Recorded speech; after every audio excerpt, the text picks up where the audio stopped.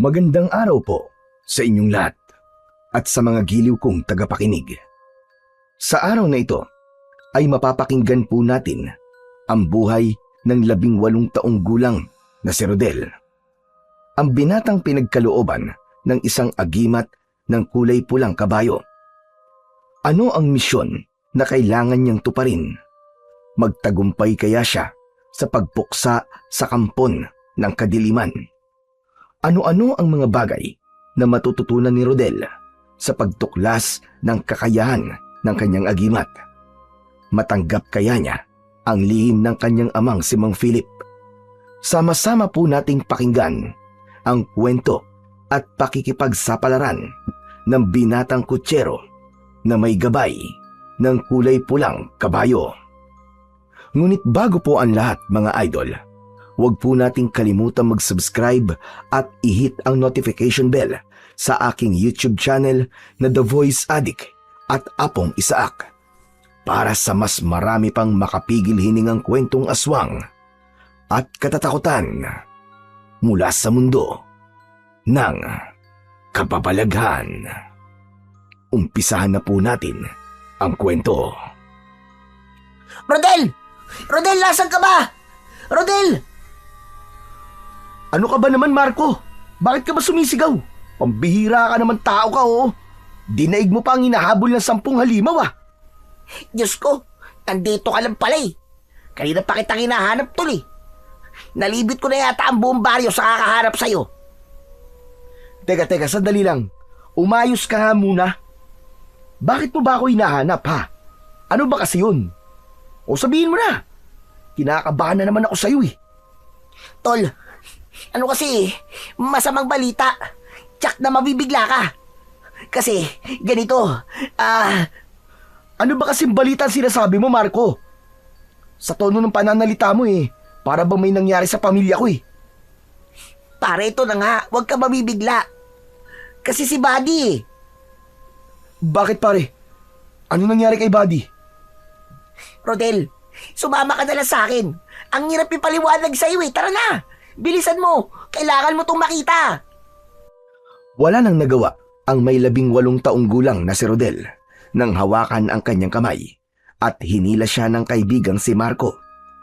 Tinahak nila ang daan papunta sa lugar kung saan ito nanggaling. Halos kalad ka rin siya ng kanyang kaibigan. Marating lang nila ang bahagi ng kakahuyang pinagtalian niya sa kanyang alagang kabayo.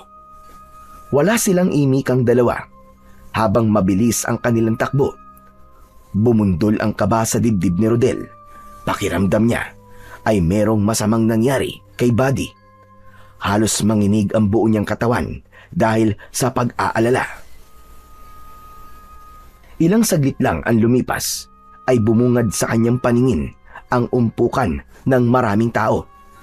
Nagkakagulo ang mga ito sa pagtingin sa kabayong nakahiga sa lupa. Halos lahat ng nakakakita sa nangyari ay napapaantandang krus at tumitingala pa sa langit. Nang naramdaman ng mga tao ang presensya ni Rodel, umalis sa mga ito sa paligid ni Buddy. Kaya naman, tumambad sa kanyang paningin ang kaawa-awa niyang kabayo. Naramdaman niya ang pagbitiw ng kamay ni Marco sa kanyang braso at tinapik siya nito sa balikat. Dahan-dahan siyang lumapit at tuluyang nalantad sa kanyang paningin ang nakahigang kabayo. Sa tabi nito ay ang kanyang amang si Mang Philip. Basang-basa ang pisngi nito dahil sa luwa. Alam niyang ang nakahandusay na kabayong si Buddy ay wala ng buhay at matigas na ang katawan. Tila pinagbagsakan ng langit at lupa si Rodel sa eksenang yon. Umagos ang masaganang luwa niya sa pisngi at napalod sa tabi nito. Hindi niya maipaliwanag ang sakit habang nakatingin sa muka ng kanyang alagang hayop. Tay! Tay, ano to? Ano nangyari? Bakit ganyan ang itsura ng kabayo ko, Buddy? Buddy! Sino may gawa nito kay Buddy, Tay? Anak, lakasan mo ang loob mo. Nakita lang siya ng kaibigan ko na wala ng buhay na nakahandusay dito sa lupa. Kutob ko, may pumatay sa kanya, anak.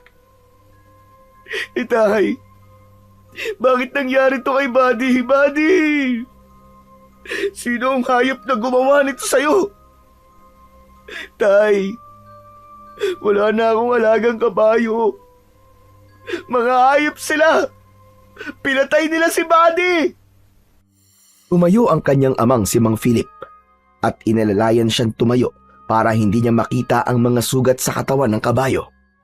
Subalit bahagya niyang iniiwas ang kanyang ama habang ang kanyang paningin ay nakatutok pa rin sa nakahigang si Buddy.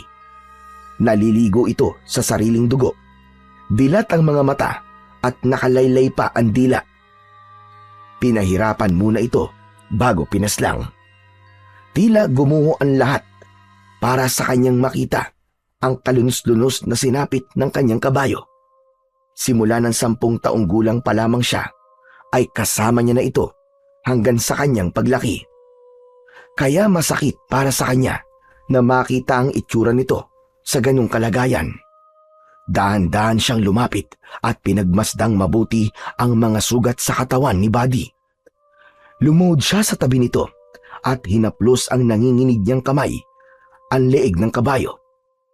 2 malalim na butas ang nakita niyang dahilan kung bakit nasawi ang kawawang si Buddy.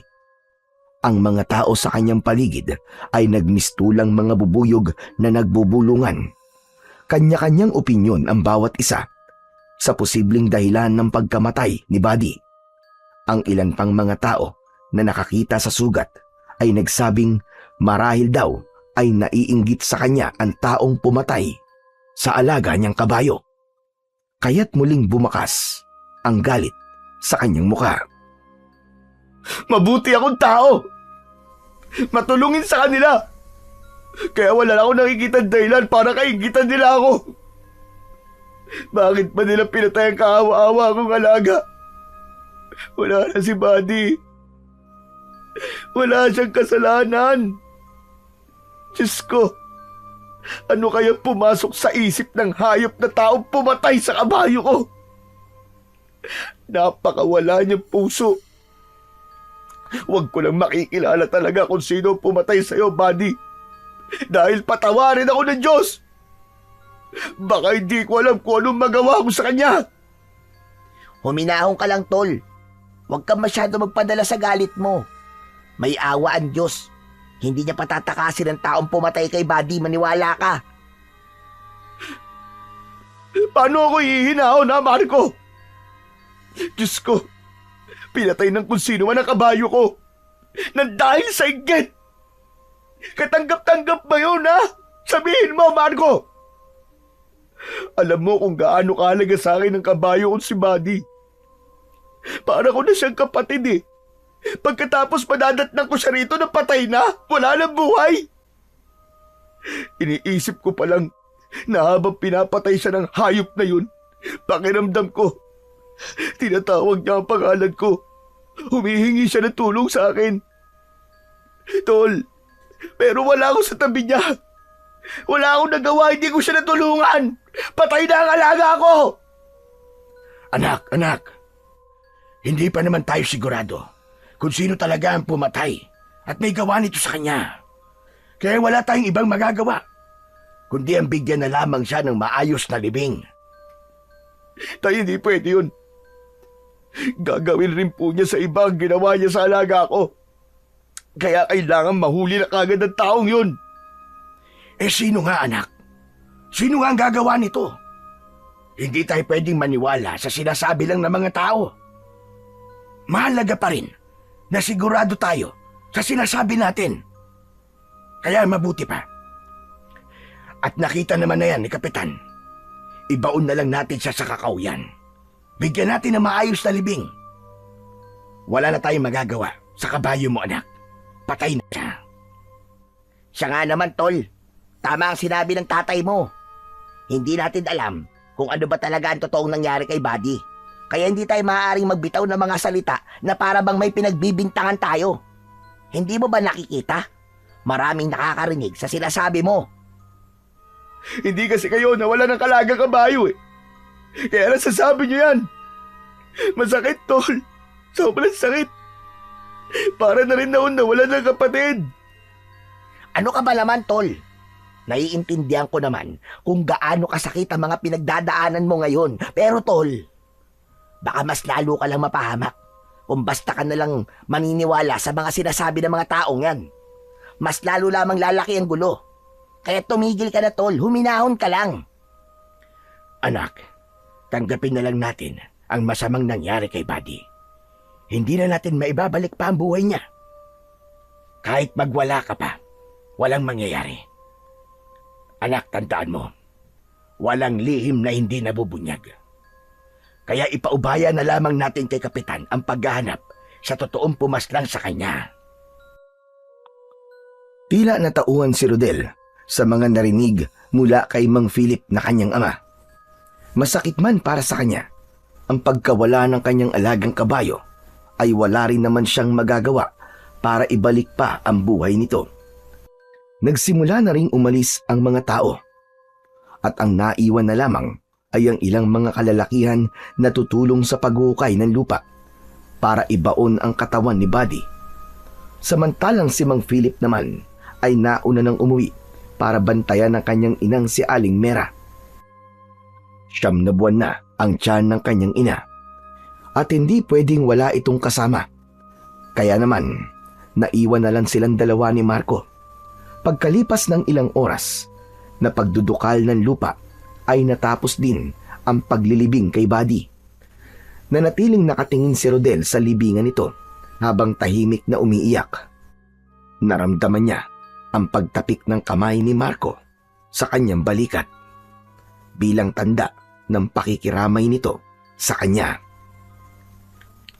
Tol, alam kong makakalimutan mo rin ang nangyari kay Buddy. Tatagan mo lang ang loob mo. Hindi talaga siya para sa iyo eh. Marahil ay may bagong dadating na kabayo para sa iyo. Huwag ka lang mainip, tol. Sigurado ko, may plano ang Diyos kaya nangyari to sa iyo. Tol, hindi lang madaling kalimutan ng alaga akong si Buddy. Lalo na't hindi pa rin malinaw sa akin kung bakit siya pinatay. Hindi ako titigil, tol, hanggat hindi ko nahahanap ang taong pumatay sa kanya. Sisiguraduhin kong pagsisisihan niya to. Tol, palagi ako nasa tabi mo ha. Kaibigan kita eh. Kaya't karamay mo ko sa paghahanap sa tao may gawa nito sa kabayo mo. O paano, tol? Kailangan ko na munang umalis. Kailangan ko pa kasing balikan ang kabayo ko sa paradahan eh. Ibinilin ko lang yun sa mga kaibigan natin. Sige, tol, maraming salamat. Sige, iwan mo na ako. Gusto ko mapag-isa. Tol, umuwi ka kagad ha. Wag ka magpapaabot ng dilim dito sa gubat. Alam mo naman na maraming mababangis na hayop sa lugar na to. Isang tango ang itinugon ni Rodel sa paalala na yon ni Marco bago niya muling binalingan ang buhaghag na lupang itinabon sa katawan ng kanyang alagang kabayo. Kahapon lang ay masaya pa sila na gumala sa buong kakahuyan para maghanap ng malawak na damuhang pwede niyang pagpastulan dito. Narinig na lamang niya ang papalayong yabag ng paa ng kaibigan bago tuluyang kumalat ang katahimikan sa kanyang paligid. Ngunit maya-maya pa ay bigla na lamang siyang nakarinig ng isang malakas na pag-alingaw-ngaw ng halinghing ng isang kabayo. Nagmula yun sa madilim na bahagi ng kakahuyan. Napaangat siya ng muka at inilinga ang kanyang paningin sa paligid. Muling naulit ang halinghing ng kabayo. Mas malakas na parabang humihingi ng tulong. Kaya naman, malalaki ang hakbang ng kanyang paa na sinundan niya kung saan nanggagaling ang tunog. Ilang di pa lang yun sa kanyang kinatatayuan. Umikot siya sa pinanggagalingan ng ingay. Sa likod mismo ng punong madalas niyang pagtalian sa kanyang kabayo, doon nagmumula ang paghuni. Bumilis ang tibok ng kanyang puso habang hindi inaalis ang paningin sa 2 paa ng kabayong nakalitaw sa likod ng puno. Kulay pulang kabayo ang nakikita niya. Nangihina at habol ang sariling hininga. Napupuluputan ito ng baging sa katawan. Pati na sa leeg. Bahagya na ring may sugat ang kabayo dahil sa ilang beses nitong pagpupumiglas doon. Pati na ang bibig nito, kaya pala halinghing lang ang nagagawa ay dahil may nakagapos doon na matinik na baging. Nagpalinga-linga siya sa paligid para magbaka sakaling may ibang tao na nandoon. Ngunit na lamang niyang mag-isa lamang siya sa gubat na yon. Naku, sandali lang ha. Huwag ka mag-aalala. Tutulungan kita. Konting tiis lang. Sandali. Naghanap ng 2 bato si Rodel sa lupa para yon ang gamitin niyang pamputol sa baging. Sakto naman na nakita niyang may matalas na 2 bato sa tabi ng kabayo. Dali-dali niya itong dinampot at doon mismo pinitpit niya ang mga baging. May pagkakataon pa na tinatamaan ng bato ang kanyang kamay, pero tuloy lang siya sa pagliligtas sa kulay pulang kabayo. Tumagal yon ng halos 20 minuto bago niya tuluyang natanggal ang baging. Nagkaroon din siya ng sugat sa kanyang mga kamay na hindi naman niya iniinda ang sakit. Taka niya pinagmasdan ang nakahiga pa ring kabayo sa lupa. At tila kinausap niya ito na para bang si Buddy lang ang kaharap niya. Kaya lang, hindi pa rin siya makapaniwalang may ganong uri ng kabayo. Kakaiba ang kulay at kakaiba rin ang tindigan. Nang tuluyang maalis niya ang mga baging sa katawan ng kabayo, ay tumayo na siya at kinausap muli ito. Hoy, pulang kabayo! Kaya mo bang tumayo, ha? Pasensya ka na, ha? Natagalan ng pagtanggal ko sa baging. Ano ba kasing ginagawa mo sa lugar na to? Naliligaw ka ba, ha? Taga Karatig Rancho ka ba? Halinghing lang ang itinugon nito sa kanyang tanong. Para bang naninibago siyang hindi na si Buddy ang kinakausap niya. Pero umaasa siyang wala sanang may-ari sa kabayo. Nang sa ganun ay meron ng pansamantalang papalit sa kabayo niya. Gumalaw ito habang iniluluhod ang unahang paa nito para makatayo ng tuluyan sa lupa. Kaya lang ay bakas pa rin sa mukha ng kabayo na may iniinda talaga itong sakit sa paa at leeg. Nagulat si Rodel sa biglang pagtaas ng unahang paa nito, katulad ng ginagawa sa kanya dati ni Buddy. Saka yumuko na tila ba may gusto itong ipakita sa ulo nito. Ano bang ibig sabihin ng pagyuko mo, ha, kabayo? Dati kasi, kapag si Buddy ang gumagawa niyan, iniisip kong may nangangati sa kanyang ulo. Pero syempre iba sa kanya, kaya hindi ko alam kung ano ang gusto mong sabihin sa akin. Magkakasunod ulit na paghalinghing ang ginawa ng kabayo, kasunod ng pagtaas ng kaliwang paa nito sa unahan. Pagkatapos ay paika-ikang umikot na tila sinasabi nitong kunin ang buhok nito sa ulo. Kaya naman, ginawa niya kung ano ang pagkakaintindi niya sa ibig sabihin ng kulay pulang kabayo. Napakunot ang kanyang noo nang mapansin ang nakatirintas na buhok nito na tila ba may sumadyang gumawa nun.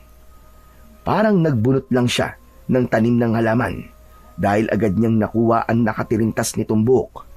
Halos kalahating dipa ang haba nun. Pinagmasdan niyang mabuti ang bagay na yon. Ngunit nagulat si Rodel nang kumalat ang liwanag sa kanyang mga kamay. Umulupot ang hawak niyang buhok sa braso niya. Nabitiwan niya ang tila buhay na buhok at bumagsak yon sa lupa. Nanlalaki ang kanyang mga matang titig na titig sa pulang kabayo. Ano yun, ha? Bakit gumalaw ang buhok na kinuha ko sa ulo mo kanina? Teka, anong klaseng nilalang ka ba? Muling humalinghing ang kulay pulang kabayo at tinapak-tapakan ang nakatirintas na buhok sa lupa saka tumingin sa kanya.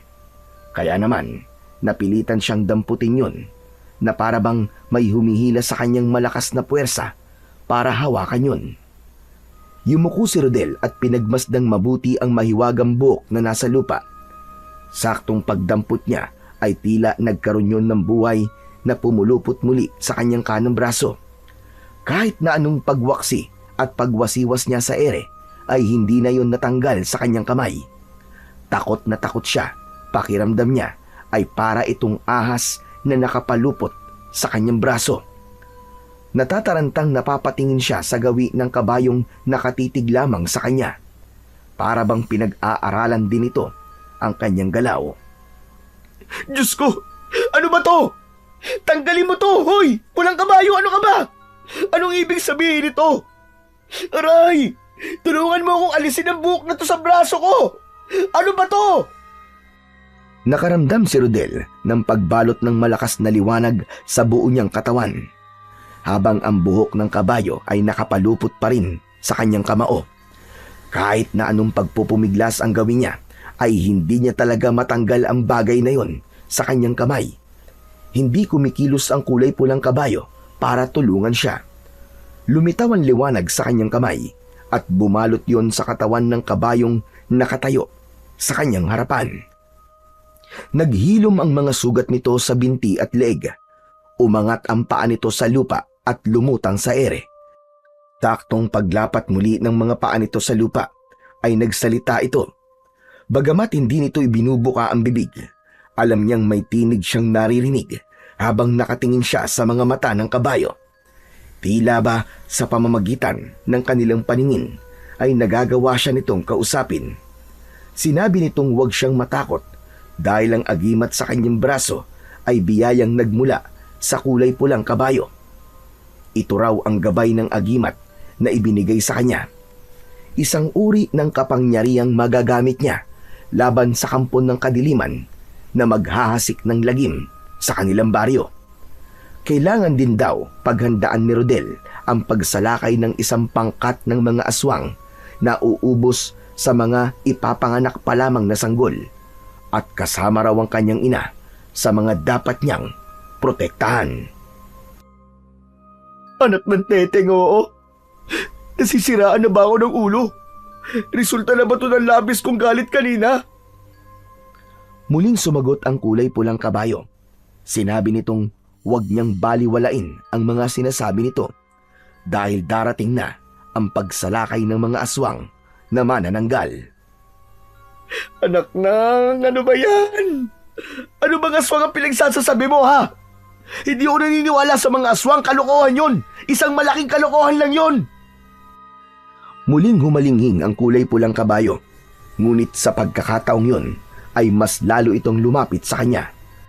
Nalaman ni Rodel na ang kulay pulang kabayo ay ang magsisilbing tagapagbantay niya sa oras na lalaban na siya sa mga aswang.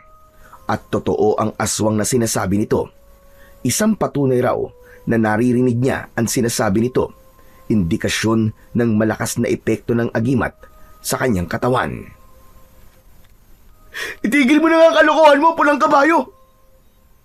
Ang kulay mo pa nga lang eh. Hindi ko na alam kung paano ko ipapaliwanag sa mga magulang ko eh. Baka nga hindi ka pa nila tanggapin eh. Pagkatapos haharap pa ako sa mga aswang. Kaya kung sino ka man na naglalaro sa isip ko, lumayas ka! Layuan mo ako!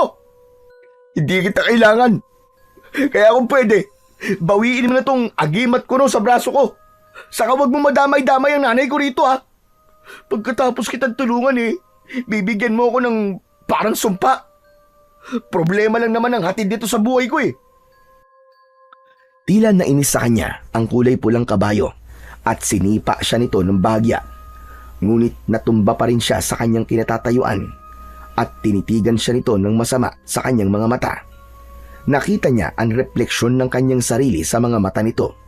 Tila gusto niya nang maniwala sa mga sinasabi ng kulay pulang kabayo. Kung ganun, teka, totoong ikaw ang gabay ng agimat na to? At kaya kita naririnig ay dahil sa buhok na to? Pero teka. Bakit ako? Masyado nang magulo ang buhay ko. Huwag mo lang dagdagan, pambihira naman, oo. Hindi ako nararapat sa kapangyarihang to. Iba na lang ang piliin mo. Hindi raw nito dinadagdagan ng kanyang problema, kundi siya raw ang pinili ng agimat dahil sa pagiging mabuti niya sa mga hayop. Nalaman ni Rodel na Asbar ang pangalan ng kulay pulang kabayo at masaya raw itong makilala siya. Maya-maya pa ay muli itong nagsalita. Ipinaliwanag nito na ang lahat ng nakikita niyang liwanag, pati na ang kulay ng balat ng kabayo, ay siya lamang daw ang nakakakita. Kaya walang dapat na ipag-alala kung sakaling isasama niya ito sa kanilang bahay. Nang sa ganun, madali para sa pulang kabayo ang mabantayan siya at masigurong ligtas siya sa lahat ng oras.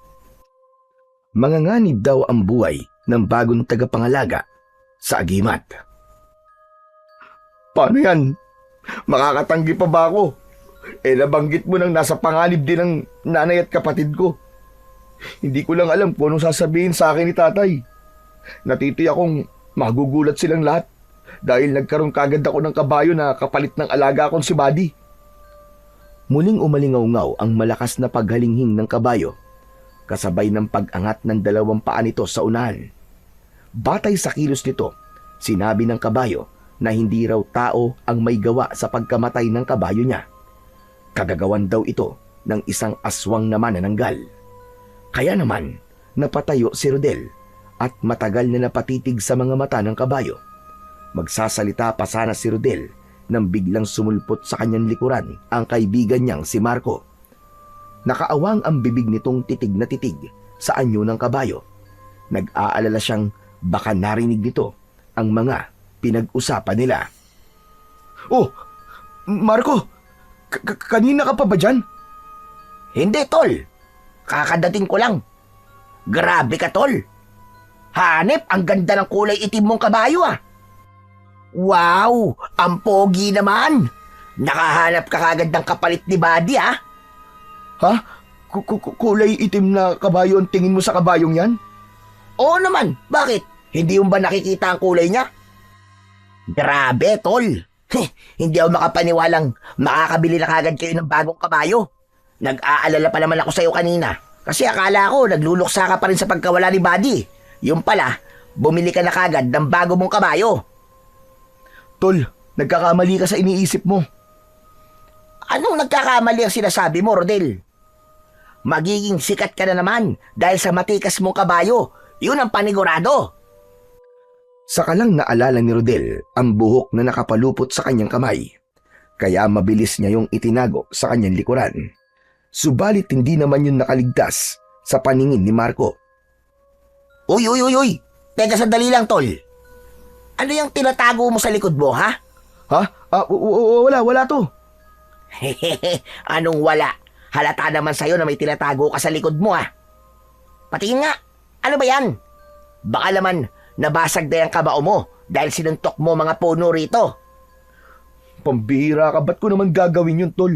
Hindi pa naman ako nasisiraan ng ulo, no? Kung hindi, ano nga nasa likod mo? Patingin ako, sige na. Kahit anong gawing pag-iiwas ni Rodel, ay nahila na ni Marco ang kanyang braso at nalantad dito ang itinatago niyang buhok ng kabayo. Kaya lang, binitiwan din ito ang kanyang kamay at nagtakang tumingin sa kanya. Siraulo ka talaga, Rodel, eh. Pinakaba mo naman ako, eh. Akala ko talaga may tinatago ka riyan. Wala naman pala. Tara na nga, ang lakas mo talaga mag-trip. Masaya akong buo pa rin ang kamao mo, tol. Ha? Wala kang nakikitang buhok sa kamay ko, Marco? Pambihira naman, oo. Ano bang buhok ang pinagsasabi mo, Rodel? Ikaw talaga kahit kailan, palagi mo na lang akong pinag-iisip. Tara na nga. Kanina ka pang hinihintay ng tatay mo, eh. Sigurado ka? Hindi mo nakikita ang buhok sa palad ko? Ayan, hindi nga natatanggal, eh. Ano to? Ang ibig sabihin, ako lang talaga nakakakita sa buhok na nasa kamay ko. Pambihira. Akala ko niloloko lang ako ni Asbar. Hoy, pare. Ano ba binubulong-bulong mo? Anong nangyayari sa'yo? Sino ba kinakausap mo? Malinis ang palad mo. Wala akong nakikitang buhok sa kamay mo. Tara na nga. Bigla ako nag-alala sa'yo, eh. Baka naman namamaligno ka na sa lugar na to. Di kaya nasisiraan ka na ng isip. Ang mabuti pa kaya, ako na magdadala ng kabayo mo sa bahay nyo. Tara na. Bigla tuloy akong pinagtasan ng balahibo sa katawan, eh. Hindi na pinilit pa ni Rodel na maniwala ang kaibigan sa mga sinasabi niya. Marahil ay totoo nga ang sinasabi ng kulay pulang kabayo na siya lang talaga ang nakakakita sa buhok na nakapulupot sa kamay niya. Ni hindi nga napapansin ni Marco ang totoong kulay ng kabayong kasama niya. Inilalayan na lamang siya nitong maglakad palabas ng kalsada. Nakita niya ang nakaparada nitong kalesa sa gilid ng daan. Pagdating doon ay yumuko ang kulay pulang kabayo sa kanya. Nagpapahiwatig yun na dito siya sumakay. Sinabi nitong walang sino man ang dapat na makakaalam tungkol sa kakayahan niya at sa agimat. Maya-maya pa ay sumakay na siya sa likod nito. Pagkalipas ng ilang saglit ay narating nila ang bahay ni Mang Philip. Natanaw niya kagad ang matanda habang gulat na gulat ang anyo nito. Hindi na nakapaghintay ang kanyang ama at agad itong lumapit sa kanilang kinaroroonan. Nauna siyang bumaba ng kabayo, kasunod ang kaibigan niyang si Marco. Rodel, anong ginagawa ng kabayong yan dito? Kanino yan? Tay, nakita ko lang po sa gubat kanina. Wala naman po may-ari kaya dinala ko na lang po dito sa atin. Ano ka mo? Walang may-ari? Aba, nasisiraan ka na yata ng ulo, Rodel eh. Pwede bang walang may-ari ang isang magandang kabayong katulad niyan? Hala sige, isoli mo yan doon sa gubat at baka mamaya ikaw pa ang habulin na may-ari niyan. Wala tayong ibabayad. Tay, kahit tanungin niyo pa po si Marco, wala po talaga nagmamay-ari sa kabayong yan. Isa pa, kung may maghahabol man po, edi ibibigay ko naman sa kanila eh. Ang mahalaga, ngayon may kabayo ng gagamit sa kalesa ko. Kahit papano, mababawasan na po ang lungkot kapag maaalala ko po si Buddy. Anak ng teteng, oo. Hindi mo pwedeng ikatwiran yan. Kapag nandito na ang totoong may-ari sa kabayong yan. Tay, wag na po natin pagtalunan to. Hindi ko po siya ibabalik dahil sa akin na po ang kabayong yan. Ang totoo nga po eh. Bala ko na kagad siyang gamitin mamaya sa biyahe. Sayang din naman po ang kikitain ko. Abat, talagang ibabandera mo pa sa lahat ng kabayong yan, ha? Pabira ka naman, lalaki ka, oo. Hindi mo ba nakukuha ang ibig ko sabihin, ha, Rodel? Naisip mo ba na baka mamaya yan naman ang patay ng taong may lihim na galit at inggit sa'yo? Pambira ka talagang tao ka, oh. Pagkatapos iiyak-iyak ka na naman na parang batang inagawan ng laruan. Tay, ako naman po mananagot sa kabayong to eh. Isa pa, nalaman ko po na hindi naman tao ang pumatay sa kabayo kung si Buddy, kundi isang aswang. Anak ng pitong kagaw, oo. Kailan ka pa naniwala sa aswang, ha, Rodel? Marco, sabihin mo nga sa akin, may nangyari ba sa kaibigan mo nang iwan natin siya doon sa gubat? Aba, wala naman po, Mang Philip. Maliban po sa kakaibang kinikilos ni Rodel at sa kabayong kasama namin. Ano ba kayong dalawa? Pinag-iisipan niyo bang nasisiraan ako ng ulo? Anak ng putya naman, oo. Grabe kayo sa akin ah. Parang kabayo lang eh. Nagkakaganyan kayo. Nawala si Buddy, kaya malaking bagay sa akin na may pansamantalang papalit sa kanya. Napapasabunot na lamang sa sariling buhok si Mang Philip nang marinig ang sinabi ni Rodel, habang si Marco naman ay panay ang sulyap sa kabayong nasa tabi niya. Tila nakikinig din ito sa sinasabi ng kanyang ama. Pagkatapos ay itinaas nito ang unahang bahagi ng paa nito at muli niyang narinig ang boses ng kabayo. Pinipigilan siya nitong makipagtalo sa kanyang ama at kaibigan.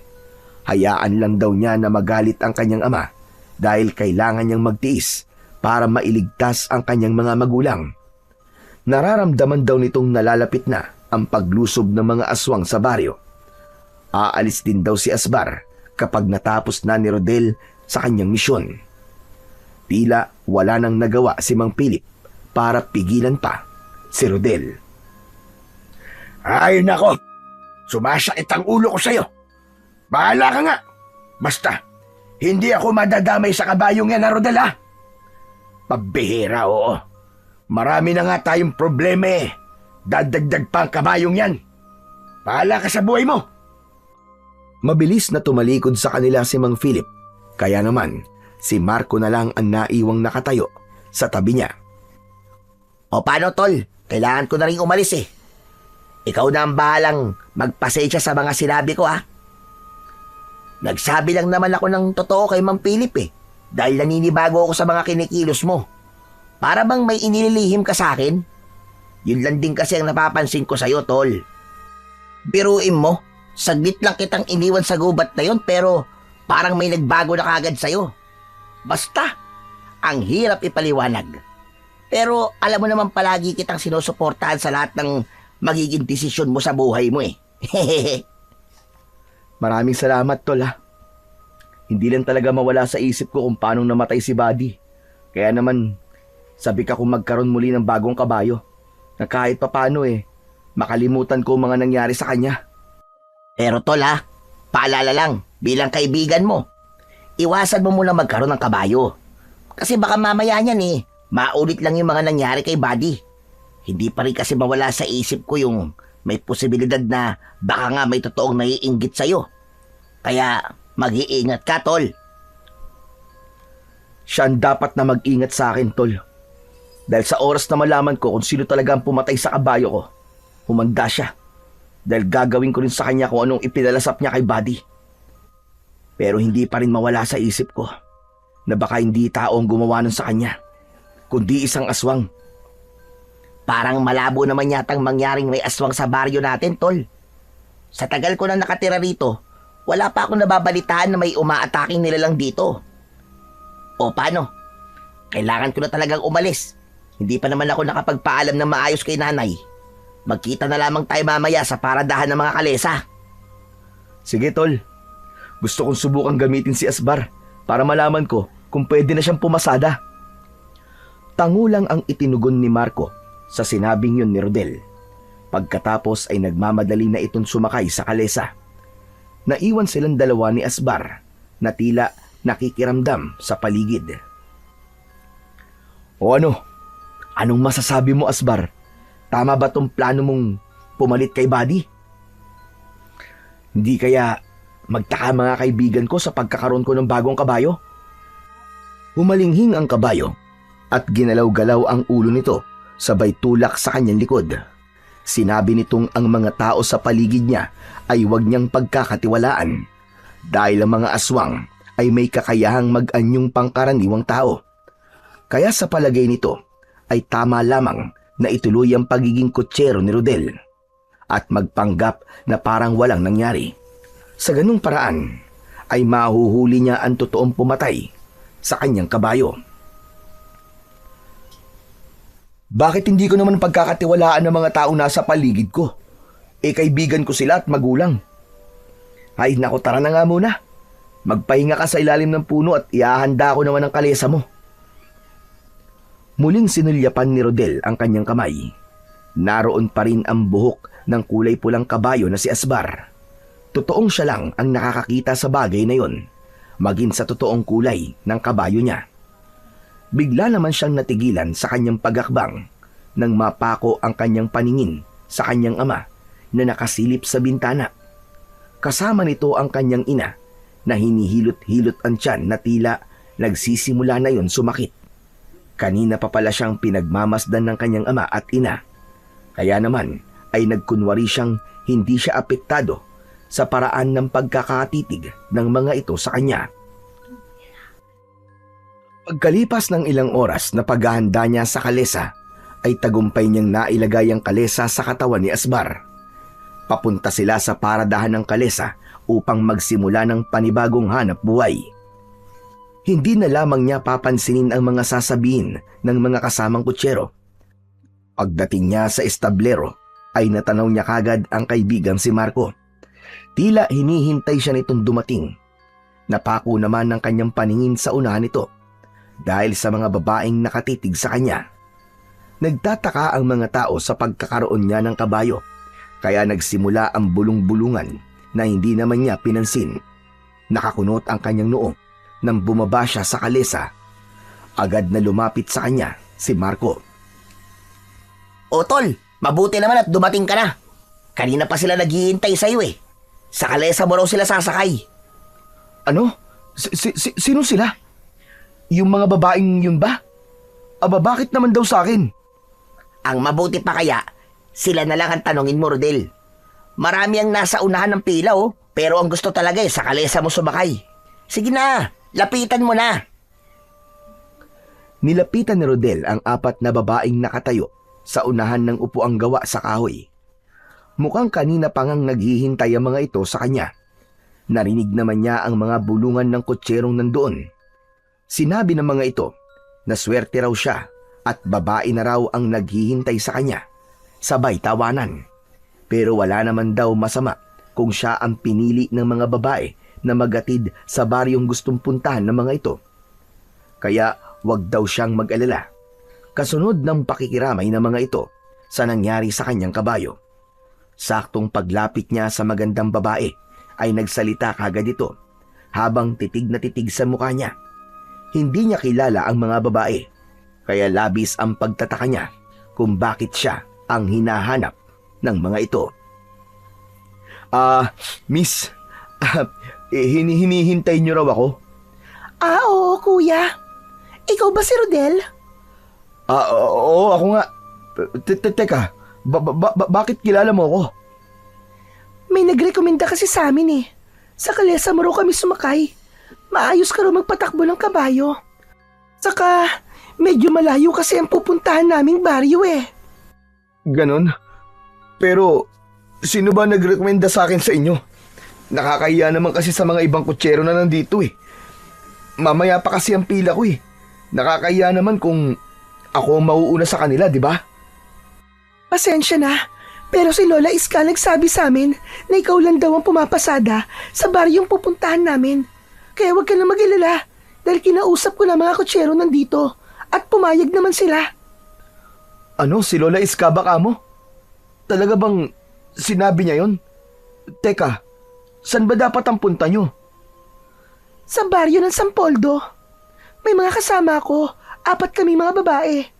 Pasensya na, pero mas panatag kasi ang loob namin sa iyo eh. Ganun ba? Nako, tamang-tama. Doon kasi ako nakatira eh.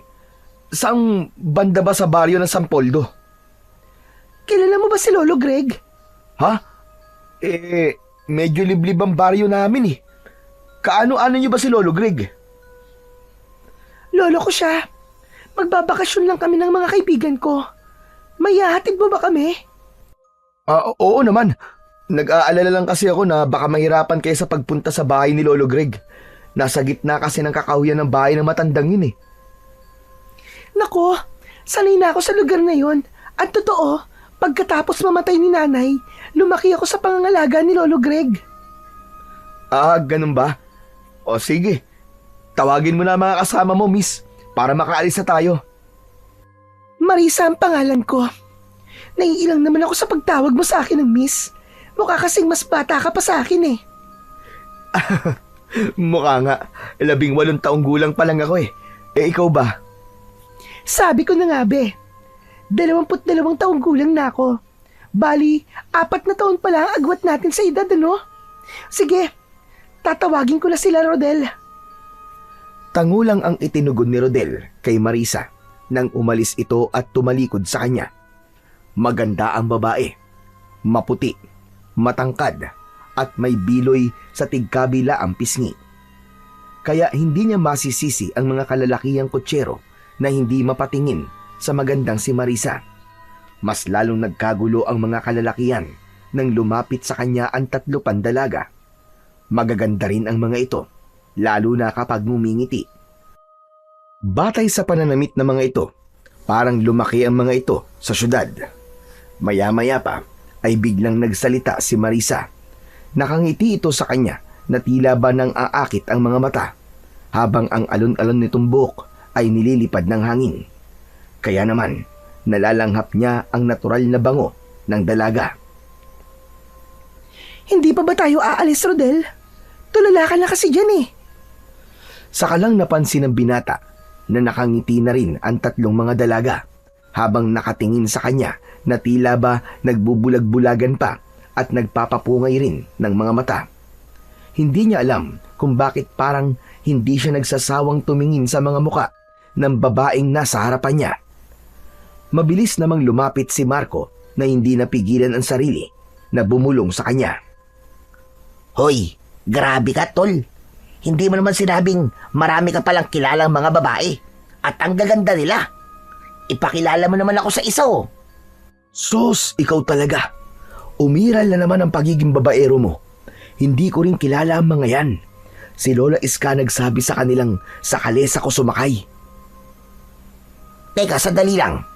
Saan ba raw pupunta ang mga babaeng yan? Tol, hindi ka maniniwala sa sasabihin ko. Yung pinakamaganda, apo ni Lolo Greg. Ang pangalan niya ay Marisa. Talaga? Ngayon ko lang nalamang may maganda palang apo si Lolo Greg, ah. Hindi ba tayo aalis, Rodel? Magkikwentuhan na lang ba kayo? Oo nga pala, pasensya ka na Marisa. O sige Marco, mauna na ako. Susunod talaga ako sa inyo, Rodel. Delikado kasi ang lugar na yun, eh. Huy, ano ka ba? Hinaan mo naman ang boses mo. Baka mamaya niyan marinig ka nila. Magalit pa sila sa'yo. Saka lang binalingan ni Rodel si Marisa na naghihintay sa tapat ng kalesa, habang ang tatlo pa nitong mga kasama ay mataman lang na nakatitig sa kanya. Ayos! Sige na! Sumakay na kayo sa kalesa, Marisa. Tamang-tama sa inyong upuan ng kalesa ko dahil pang-apatan ng upuan yan. Pero kung hindi naman kayo komportable, pwede pa tayong kumuha ng isa pang kalesa. Nandito naman ang kaibigan ko si Marco eh. Baka kasi mahirapan ang kabayo dahil lubak-lubak ang kalsada papunta sa bahay ni Lolo Greg. Naku, hindi na. Hindi naman kami maarte. Ayos na itong magkakasama kami nang hindi kami magkaiwalay sa pupuntahan namin. Hindi pa naman nila kabisado ang lugar. O ano, tara na Rodel. Hindi na ako makapaghintay na makita ko ang lolo ko. O sige na, sumakay na kayo nang makaalis na tayo. Inalalayan isa-isa ni Rodel ang mga kamay ng apat na dalaga sa pagsampa sa kalesa. Halos lahat ng dalagang nagpapatid sa baryo ay si Rodel ang pinipiling maghatid sa mga ito. Hindi naman maitatanggi na marami na rin ang nakapagsabing gwapo siya at malakas ang dating. Kaya naman talagang hinahabol siya ng mga babae. Hindi na lamang niya pinapansin dahil iba ang gusto niya sa buhay, ang makapag-ipon na muna ng pera bago mag-asawa. Saka masaya siyang tumutulong sa kanyang mga magulang. Masaya rin siyang buhay binata. Walang inaalalang gastusin para sa pamilya, kundi ang iniisip lamang niya ay ang kanyang mga magulang. Likas kay Rodel ang pagiging matulungin, lalo na sa mga hayop. Kaya nasabi niya sa kanyang sarili na kung iibig siya ng isang babae, ay gusto niya ay yung tanggap siya at mapagmahal din sa mga hayop katulad niya. Yun ang nagiging batayan niya sa pagiging mabuting asawa. Habang tumatakbo ang kanyang kabayo, ay bigla namang nagsalita si Marisa. Nakatanaw ito sa labas ng bintana at malungkot na nakatingin sa mga nagtataasang mga puno sa gilid ng daan. Grabe! Ang laki na pala ng pinagbago ng lugar na to, Rodel. Aba, oo naman. Marami na mga bahay na nakatayo sa baryong to. Isa na lang talaga ang hindi nagbabago. Sa susunod na eleksyon pa yata, madudugtungan ng sementadong kalsada. Wala bang gumagalang aswang sa lugar na to? Muntik nang masamid sa sariling laway si Rodel dahil sa tanong na yun ni Marisa. Hindi siya maaaring magkwento kung meron bang aswang na gumagala sa baryo o wala dahil hindi pa rin naman siya siguradong totoo ngang may aswang sa kanilang lugar. Bukod pa ron, ay ayaw niyang magdulot ng takot sa kanyang mga pasahero ang mga sasabihin niya. Kaya naman, idinaan na lamang niya sa pagngiti upang hindi masamain ng dalaga ang isasagot niya habang ang kanyang mga mata ay nakatingin sa udahan ng kanilang dinadaanang kalsada. Biglang nagsalita si Asbar. Sinabi nito na tama lang ang ginawa niyang paglilihim sa mga ito. Walang maaaring makaalam na may aswang na manananggal sa kanilang baryo. Aba, napapangiti ka, Rodel, ah. Kung ganon, wala palang aswang sa baryong to. Mapapanatag na ang kalooban ng mga kasama kong sina Sarah, Magda at Leia. Pasensya na. Para sa akin kasi, mas nakakatakot ang mga taong halangang bituka. Yung mga pangkat na mga taong biglang pumapasok sa bahay para lang pumatay o di kaya sa mga taong pumapatay sa mga alagang hayop para lang masabing matapang sila. Grabe naman yun. Uso pa ba yun dito? Nako hindi naman. Sinasabi ko lang na mas nakakatakot ang mga taong ganun ang gawain kesa sa mga aswang. Kumusta na kaya si Lolo Greg? Buhay pa kaya siya? Abay, sa palagay ko naman buhay pa si Lolo Greg. Wala naman ako nababalita ang tungkol sa kanya eh. Hindi naman kasi lumalabas ng bahay yung matandang yun eh. Siguro, isang beses ko pa lang siya nakita na naisakay ko sa kalesa ko. Ganun ba? Kawawa naman pala si Lolo Greg. Tumandang mag-isa. Namatay kasi ang kaisa-isa niyang anak eh. Ako naman ay mas piniling lumayo para makalimutan ko ang pagkamatay ng nanay ko. Brutal siyang pinaslang sa baryong to. Ni hindi binigyan ng pagkakataong paglamayan namin ni Lolo Greg. Sinunog nila ang katawan ng nanay ko at isinaboy ang abo sa lupa ni Lolo Greg. Pero ngayong nagbalik na ako, maniningil ako ng pautang. May malaki kasing utang ang taong naging dahilan ng pag-alis ko dito. Ganun ba? Kung ganun, kawawa naman palang nangyari sa nanay mo. Saka, kung pera naman ang inutang sa'yo, sayang naman dapat may interes na. Hindi maipaliwanag ni Rodel ang kabang bumalot sa kanyang dibdib. Tila may ibig sabihin ang bawat bitaw ng mga salita ni Marisa. Parang nababakas niya sa boses nito ang matinding galit. Ngunit kasabay naman ito ay ang pagtataka niya dahil wala naman siyang nababalita ang babaeng sinunog sa lugar nila. Marahil ay biktima rin ang nanay ni Marisa ng mga walang kabuluhang pagpaslang. Muling pumagitna ang katahimikan hanggang sa makarating sila sa baryo ng San Poldo. Itinigil ni Rodel ang sasakyang kalesa sa tapat ng sirang bahay. Kailangan pa ng mga babae na maglakad papasok sa kakawyan para makarating sa bahay ng matanda. Nahihiya naman siyang mag-alok dito ng tulong para ihatid ang mga ito sa pupuntahan, kaya't nahabol na lamang niya ng tanaw ang papalayong mga dalaga. Hindi lang niya maiwasan ang hindi magtaka kung paanong ang ganong kagandahan ng mga babae ay mas pipiliing magbakasyon sa isang liblib na baryo ng kanilang probinsya. May bahagi sa puso niya na sana ay muli niyang makita si Marisa. Magaan ang loob niya sa dalaga na parabang nakadikit na sa isip niya ang maganda nitong muka. Idagdag pa ang nararamdaman niyang awa para dito. Maya-maya pa ay nagpasya na siyang bumalik sa kalesa. Pagsakay niya sa kanyang kabayo ay bigla siyang nagulat sa pagtaas ng unahan ng paa ni Asbar, kasunod ng malakas nitong paghalinghing. Kaya naman, nawala ang lahat ng iniisip niya at nabaling ang kanyang atensyon sa nagwawalang kabayo. Sinabi nitong hindi maganda ang pakiramdam nito sa lugar na pinaghatiran sa mga babae. Ho! Ho! Kalma lang, Asbar! Ho! Ano bang ibig mo sabihin? Inilinga ni Rodel ang kanyang paningin sa paligid. Wala naman siyang nakikitang nilalang na maaaring katakutan ni Asbar. Sinabi nito kay Rodel na mabigat ang enerhiyang nararamdaman nito sa kakawyan. Pamilyar daw yun sa pakiramdam ni Asbar. Alam ni Rodel na talagang iniiwasan ang lugar na yon ng mga katulad niyang kutsero.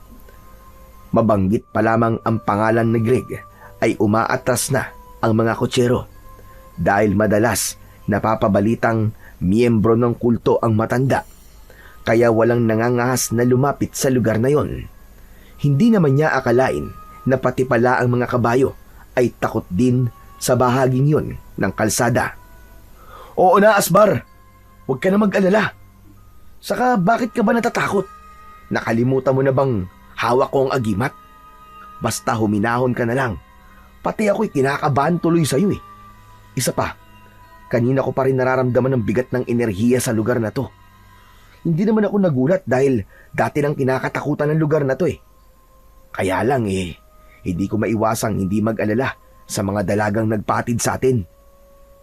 Sinagot ni Asbar ang pag-aalala ni Rodel dahil hindi raw maganda kung makikialam siya sa buhay ng mga babae kanina, kaya't wala nang nagawa ang binata, kundi ang hinintay na lamang kumalma ang loob ni Asbar.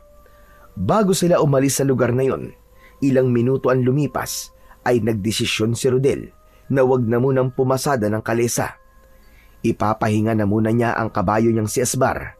Pinastol niya ito sa malawak na damuang pag-aari naman ng kanyang amang si Mang Philip. Bago niya ito dinala sa kanilang bahay. Itinali na muna niya ang kanyang kabayo sa lilim ng puno, sa labas mismo ng bakuran nila. Pagdating niya sa tapat ng hagdanan, ay dahan-dahan siyang pumasok sa loob ng kanilang sala. Ngunit pagbungad pa lamang ni Rodel sa pintuan, ay sumalubong na sa kanya ang nagmamadaling si Mang Philip. Bakas sa mukha nito ang pag-aalala at pagkataranta. Nagmamadali itong lumabas ng bahay. Nilampasan siya nito na parabang hindi siya nakikita. May dala itong maliit na bag na naglalaman ng mga lampin na gamit sa panganganak ng kanyang inang si Aling Mera. 9 na buwan na itong buntis at batay sa pagkalito ni Mang Philip. Natitiyak niyang manganganak na ang kanyang ina. O anak, ano pang tinatayo-tayo mo dyan? Bilisan mo na't manganganak ng nanay mo! Ihanda mo na ang kabayo! Kasunod nito si Aling Mera, dala ng pagkalito ni Mang Philip. Hindi na nito naalalayan ng asawa. Kaya naman, mas lalo rin siyang nataranta dahil kitang-kita niya ang pag-agos ng tubig sa hita ng kanyang ina. Yun din ang palatandaan na magsisimula na nga ang pagsalakay ng mga aswang. Mabango ang amoy ng mga babaeng manganganak para sa mga aswang, kaya't hindi maiwasan ni Rodel ang hindi kabahan. Rodel, alalayan mo nanay mo. Bilisan mo! Bakit ba layo-layo ng iniisip mo? Ano ba nangyayari sa'yo? Tay, pambihira ka naman po. Paano ko naman po maihahanda ang kalesa kung aalalayan ko po si nanay? Kayo po kaya rito. Bilisan niyo po. Kukunin ko na ang kalesa. Abay, oo nga ano. Lintik na. Hindi ko naisip yun ah. Dalian mo anak. Napapailing na lamang si Aling Mera sa asawa na kahit hawak nito ang sariling bewang ay nagagawa pa rin itong tumawa. Mabilis naman na kinuha ni Mang Philip ang kamay ng kanyang ina para ito ang umalalay dito. Habang siya naman ay malalaki ang hakbang na lumapit sa kinaroroonan ng kanyang kabayo. Malapit pa naman ang dumilim, kaya hindi niya maipaliwanag sa kanyang sarili kung bakit bigla na lamang siyang kinabahan. Nanginginig ang kanyang kamay na tinanggal niya ang lubid na nakatali sa puno at hinaplos ang ulo ng alaga niyang kabayo na si Asbar. Pero imbis na makisimpatya sa kanya si Asbar, ay tila natatawa pa ito sa nakikitang pagkakataranta sa kanilang mga kilos. Lumiwanag bigla ang sandatang nakapalupot sa braso ni Rodel, kaya ang ngiting yun ng kabayo ay tila naglaho at nagpalipat-lipat ang tingin kina Rodel at Aling Mera. Sinabi nitong ang pagliwanag ng buhok ng kabayo ay palatandaan ng isang nagbabadyang panganib. Bigla ang pagbundol ng kaba sa kanyang dibdib dahil hindi siya nagkamali sa kanyang nararamdaman. Maya-maya pa ay dumating naman ang kaibigan niyang si Marco. Humahangos itong lumapit sa kanya. Tol, ano nangyari? Saan niyo dadali si Aling Mera? Manganganak na si Nanay Tol. Dadali na muna namin siya sa pinakamalapit na pagamutan. Ganun ba? O sige, ihatid ko muna tong pasahero ko at susunod ako sa inyo ron. Sige Tol, salamat. Mabuti na yung may makakasama ako sa daan. Bigla kasi akong kinabahan para mapanatag din ang loob ko. Huwag ka mag-alala Tol. Nakahanda akong tumulong sa'yo. Dito man lang makabawi ako sa lahat ng atraso ko sa'yo. Kasabay ng pagtalikod ni Marco kay Rodel ay ang pagsigaw naman ng kanyang ama. Nagmamadali ito habang nakaalalay pa rin sa asawa. Hindi naman naalis sa isip niya ang mga sinabi ni Marco sa kanya bago ito tuluyang sumampa sa kalesa at nagmamadaling umalis dahil wala naman siyang naaalalang may atraso ito sa kanya. Rodel ba? Bilisan mo! Opo, nandiyan na po tay! Mabilis na inihanda ni Rodel ang kabayo sa kanyang kalesa habang si Mang Philip naman ay inalalayan ang asawa na sumampa sa kalesa. Nang handa na ang lahat ay agad niyang pinatakbo ang kabayo at binagtas ang lubak-lubak na kalsada. Malayo pa naman ang bayan sa kanilang baryo. Kaya naman ay una nilang dinaanan ang magpapaanak na si Kakang Ignacio. Kaya lang ay ayon sa anak nito ay may pinaanak din daw ito sa kabilang baryo, kaya't kinailangan pa nilang dalhin sa karatig baryo si Aling Mera sa bahay ni Lola Iska. Hanggang sa naabutan na sila ng dilim sa daan, nahihirapan si Rodel na aninawin ang daan. Kahit sinasabi ni Asbar na ito na ang bahala sa kanila, ay hindi pa rin niya maiwasan ang hindi mag-alala. Naramdaman ni Rodel ang pag-iinit ng kanyang sandata sa braso, kasunod ng paglatag ng tali ng kanyang latigo na tila nagbibigay proteksyon sa kanila. Ang nagliliyab na kulay pulang kabayo sa kanyang latigo ay sapat na para hindi basta-bastang makalapit ang mga nilalang na magtatangka sa buhay ng kanyang ina. Mabuti na lang at palaging may nakahandang gasera sa kanilang kalesa, kaya naman nakatulong yun para makita nila ang daan. Ang masaklap pa, alam niyang pagod na si Asbar at hindi pa nila kabisado ang lugar papunta sa bahay ng kumadron ng si Lola Iska. Ang ama niya ang nakakakilala kay Lola Iska. Subalit matagal na panahon na raw nang ito ay bumisita sa matanda. Kung siya naman ang tatanungin, ay bihira lang din niyang maisakay si Lola Iska sa kanyang kalesa. Kaya nga nagtataka siyang inirekomenda siya nito sa mga babae kanina. Diyos ko po, Rodel. Lumalabas na ang dugo sa hita ni Mera. Ano nang gagawin natin? Mukhang dito na siya manganganak. Paano yan, Tay? Tsak na malayo pa po tayo sa bahay ni Lola Iska. Mera, konting tiis na lang asawa ko. Tiisin mo muna ang sakit. Huwag ka munang manganganak. Ngunit hindi na napigilan ni Aling Mera ang hindi mapasigaw sa sobrang pananakit ng tiyan nito, kasabay ng sunod-sunod nitong pag-iri, at sinasabing nararamdaman na nito ang ulo ng bata, kaya umalalay si Mang Philip habang si Asbar naman ay bahagyang binagala ng pagtakbo. Samantalang si Rodel, habang hindi nakatingin ng kanyang mga magulang, ay panayang pagwasiwas niya sa hangin ng nagliliyab-yang latigo. At bawat pag-asinta niya ng kanyang sandata ay meron siyang naririnig na pagputok sa itaas na parabang may nasusunog na nilalang. Kasunod ang malalakas na pag-angil ng mga nilalang sa impapawid.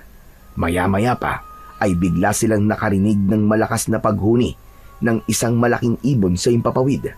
Kaya't natigilan sila at nagkatingin ng mag-ama. Kanina pa nila naririnig ang malalakas na pagaspas ng pakpak sa impapawid na tila ba umiikot lang yun sa kanilang kinaroroonan. Tay, ang mabuti pa po ipagpatuloy ko po ang mabilis na pagpapatakbo sa kalesa para po kasing may kung anong nilalang nasa taas ng puno Mabuti pa nga, anak. Kanina ko pa naririnig na tila may nasusunog na kung anong bagay sa hangin. Sige po, Tay. Kumapit lang po kayo at wag niyo pong aalisin ang tingin niyo kay nanay. Ito na po! Ha! Ha! Sa muling pagpalo ni Rodel sa likod ni Asbar gamit ang tali, ay biglang umangat ang unahang paa nito. Kasabay ng paghalinghing ng malakas, sinabi nitong ang mga ingay sa itaas ng puno ay dahil sa aswang na manananggal na kanina pang nakasunod sa kanila. Idinagdag pa nito na marami na siyang nalalagas na aswang sa bawat paghagupit niya ng latigo. Kaya naman, halos lahat na ng aswang ay nasa itaas at nakasunod sa kanila. Kung kinakailangan ay wag na raw niyang isipin na makikita ng kanyang ama ang ginagawa niya para maprotektahan ang kanyang ina. Mabuti na raw na naipon ang mga manananggal sa kanilang kinaroroonan nang sa ganun ay wala nang iba pang madamay na buntis. Kaya habang abala ang kanyang ama sa pag-aasikaso sa kanyang ina, ay tumayo siya sa upuan. Sa itaas, tumingin siya at mabilis na sinalubong ng tingin ang mga manananggal sa impapawid. Halos umabot ang mga ito sa 10 manananggal na umaangil ng sabay-sabay. Nagmistulang kulungan ang daan dahil sa madilim na pagtaklob ng mga nakadipan nitong mga pakpak. Isang malakas na paghagupit sa ere ang ginawa niya at kitang-kita niya ang pagpulupot ng kanyang latigo sa leeg ng isang nilalang. Sabay hila niya rito. Sa ere pa lang ay nasunog na ito at ang naabo nitong katawan ay sumama sa hangin. hanggang sa bumalik ulit si Rodel sa kanyang upuan. Muling nirendahan si Asbar sa pagtakbo. Hindi pa rin napapansin ng kanyang mga magulang ang kakaibang nangyayari sa kanyang mga kamay. Sinabi rin ni Asbar na kahit saan magpunta ang mga manananggal ay hahabulin ito ng kanyang sandata. Sunod-sunod ang pagsinga nito na parabang may kinatatakutan. Yun na rin daw ang palatandaan na malapit na ang pinuno ng mga aswang sa kanilang kinaroroonan. Isang biglang paghinto ang ginawa nito kasabay ng pagtaas ng unahang paa ni Asbar. Bumundol ang kaba sa kanyang dibdib dahil bigla siyang nakaramdam ng takot sa pinuno ng mga aswang. "Tumakbo ka na, Asbar! Ano ba nangyayari sa'yo? Takbo na!" Pambihira naman ang kabayo mong yan, anak ko. Aba, ngayon pa nag-alboroto kung kailan nasa panganib na nanay mo. "Hindi ko rin alam, tay. Sa tingin ko po, may mga aswang po sa paligid natin." Ano? Lintik talaga. Mamamatay na lang ako sa pag-aalala sa nanay mo eh. Dumagdag pa yung kabayo mo. Napakabwisit talaga. Ayusin mo ang ilaw mo at baka kaya hindi tumatakbo si Asbar eh dahil madilim sa unahan ng daan natin. Inayos ni Rodel ang ilaw ng gasera para tanglawan ang unahang bahagi ng kanilang daan. Hindi niya napansin na nagbago na ang tayo nito dahil sa kanilang pagmamadali. Kaya lang, pareho silang natigilang mag-ama nang sumalubong sa kanilang harapan ang lumulutang na nilalang. Sa una ay hindi nila maaninaw ang itsura nito dahil malamlam ang liwanag na nagmumula sa kanilang gasera. Pero nang humuni ito ng malakas na parang sa paniki, ay kumislap ang dalawa nitong pangil. Nanlaki ang kanilang mga mata, bukod pa ron ay kitang-kita ni Rodel ang nakalawit na tila laman loob nito sa kalahati ng katawan ng halimaw. Sa kanya naisip na yun pala ang totoong itsura ng pinuno ng mga aswang na manananggal. "Tay, Diyos ko po, anong klaseng nilalang yan? Kalahating katawan ng tao at sa paniki ang pakpak. Tay, sumagot ka! Anong klaseng nilalang yan?" Ang mga lintik na yan, manananggal yan, anak. Kaya pala hindi umaalis ang kabayo natin sa lugar na to dahil nasa unahan natin ang mga aswang. Banggain mo, Rodel! Banggain mo mga hayop na yan! Murahin mo siya! Ipakita nating hindi tayo natatakot sa kanya! Dalian mo! Sumunod si Rodel sa inutos ng kanyang ama. Isang malakas na paghagupit sa likod ng kabayo ang ginawa niya dahil narinig naman ni Asbar ang sinabi ni Mang Philip at mabilis itong tumakbo. Habang si Aling Mera ay kagat ang labi na hindi inaalis ang tingin sa nilalang na nakaharang sa kanilang dinaraanan. Tila nanigas ang panga ni Rodel nang makita ang nilalang na patuloy na umaangil sa kanilang harapan. Si Asbar ang unang kumilos. Sinipa nito ang aswang. Saka lang nakagalaw si Rodel. Malakas niyang hinagupit ng kanyang latigo ang manananggal. Pero agad itong nakaiwas sa kanyang ginawang pag-atake. Humuni muna ito ng malakas bago muling lumipad sa impapawid. Kapalit nun ay ang sabay-sabay na pag-atake ng mga aswang sa kanilang kalesa. Nagpagewang-gewang ang kanilang sasakyan habang patuloy na binabangga ng mga ito ang kanilang kalesa. Tumayo si Rodel sa upuan at isa-isang hinagupit ng kanyang latigo ang mga manananggal. Kaya't lumayo ang mga ito sa kanilang kalesa. Isang malakas na paghagupit sa ere ang ginawa ni Rodel. Bumagsak ang dalawang manananggal at nagulat pa si Mang Philip sa nakitang pag-atake ni Rodel sa mga kalaban. Pero dahil sa abala sila sa pakikipagtunggali sa mga aswang, ni hindi na ito nakapagtanong. At tumulong na rin ito sa pag-atake sa mga kalaban, habang si Asbar ang bahala sa kanilang daan. Kaya lang, nagulat sila sa muling pagsugod ng pinuno ng mga aswang na manananggal. Nakatitig ito sa nakatayong si Mang Philip, kaya naman inakala ni Rodel na aatakihin ng aswang ang kanyang ama, kaya't mabilis niya itong hinagupit ng latigo. Humarang ang isang manananggal na parang pinoprotektahan ito ang pinuno. Tinamaan ng isang manananggal na bumalandra sa puno at tila may apoy na sumunog dito. Narinig niya ang matinis na boses ng pagsigaw ng pinuno nang makita nitong napatay ni Rodel ang alagad nito. Mabilis ang pagsirit ng takbo ng kabayo sa makipot na daan. Halos hindi lumapat ang mga paa ni Asbar sa lupa, habang ang mga manananggal ay patuloy na sumusunod sa kanila. Hindi na nila alam kung tama pa ba ang daan na tinatahak nila. Ang mahalaga ay makaalis sila sa lugar na yon. Tuluyan ng hindi natiis ni Aling Mera ang paglabas ng anak. Sa kalagitnaan ng kalsada sa loob ng kalesa, narinig nila ang malakas na pag-iyak ng bagong silang na sanggol. Mas naging agresibo ang mga nilalang sa Impapawid at mas dumami ang mga aswang na manananggal na humahabol sa kanila. Naku po, Diyos ko naman, Panginoon ko! Saan ba nanggagaling ang mga manananggal na to? Parang hindi nauubos. Mag-focus ka lang, anak, sa pagpapatakbo ng kabayo dahil baka hindi mo mapansin ang mga sangang nakaharang sa daan. Ako na ang bahala sa nanay mo. Anak nang, ang kalintikan naman talaga, oo. Nakalimutan ko pa ang itak ko. Wala man lang tayo magagamit na sandata laban sa mga aswang na yan. Masakit na ang kamao ko sa pagsuntok sa matigas na mukha ng mga manananggal. Hindi ko akalaing babalik ang mga hayop na yan. Bakit, tay? Dati na bang may aswang sa baryo natin? Akala ko po hindi sila totoo. Saka, parang ang dami po nila, tay. Anong gagawin ko? Basta, sa unahan lang ang tingin mo, anak. Ang kapatid mo ang pakay nila. Mga hayop na yan. Sa oras na makaligtas tayo sa kanila, ako naman ang hahabol sa mga aswang na yan. Dapat maaga pa lang, mapatay na mga yan, bago pa tuluyang makapagparami. Paano niyo po nalaman ng mga manananggalang aswang na yan, tay? Dahil minsan na ako nakapatay ng mga aswang na kagaya niyan.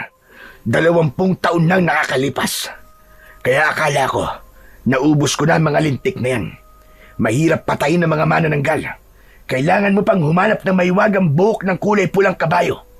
Pero nang makita ko ang ginawa mo kanina, Rodel, alam kong ikaw ang nagtataglay ng sandatang yon. At ang kabayong pumalit kay Buddy ay ang kabayong matagal ko nang hinahanap. Diba? Dinadaya niya ang paningin ng mga tao para itago ang totoo niyang itsura.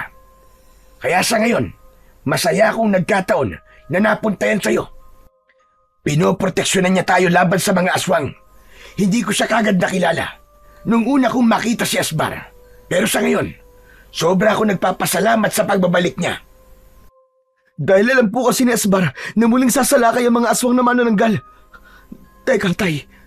Hanggang ngayon po kasi, hindi ko alam kung anong klaseng nilalang ang kulay pulang kabayo at kung bakit sila nabubuhay sa mundo natin. Paano po nagkaroon ng kapangyarihan ng kanyang buhok? Dahil sila, ang mga kabayong gabay ng anting-anting ng sarili nilang buhok. Marami akong hindi alam na detalye sa kanila, anak. Dahil lang ama ko nakakaalam nun. Kaya lang, biglang nawala sa pangangalaga ko ang agimat dahil natapos ko na ang misyon. Kaya Rodel, ingatan mo ang agimat na yan. Dahil kaya nitong patayin ng manananggal habang ito ay nasa Impapawid.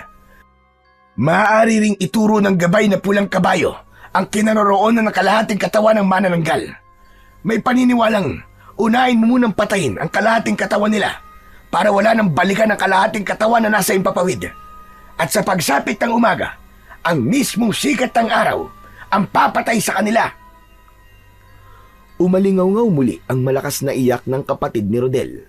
Kaya naman, mas lalong nagkagulo sa Impapawid ang mga aswang na manananggal. Saglit na napatigil sa pag-uusap ang mag-ama, mas lalong binilisan ni Asbar ang pagtakbo papasok sa madilim na bahagi ng kakawyan. At sinabi nito kay Rodel na mas malakas ang puwersa ngayon ng mga aswang, kaya maging handa at bantayan ang sanggol sa kanilang kalesa. Ha! Tay! Kumapit kayo mabuti! Nararamdaman kong muli silang aatake! Ha! Ha! Sa kaubod lakas na pinalo ni Rodel ang likod ng kabayong si Asbar gamit ang lubid. Humalinghing ito bilang hudyat ng mabilis nitong pagtakbo. Abot langit ang kabang bumabalot sa buong sistema ng pagkatao ng mag-ama dahil sa pag-aalala nila sa kaligtasan ng sanggol at ni Aling Mera. Naramdaman nila na parang may nilalang sa bubong ng kanilang kalesa, kasunod ng malakas na pag-angin ng aswang.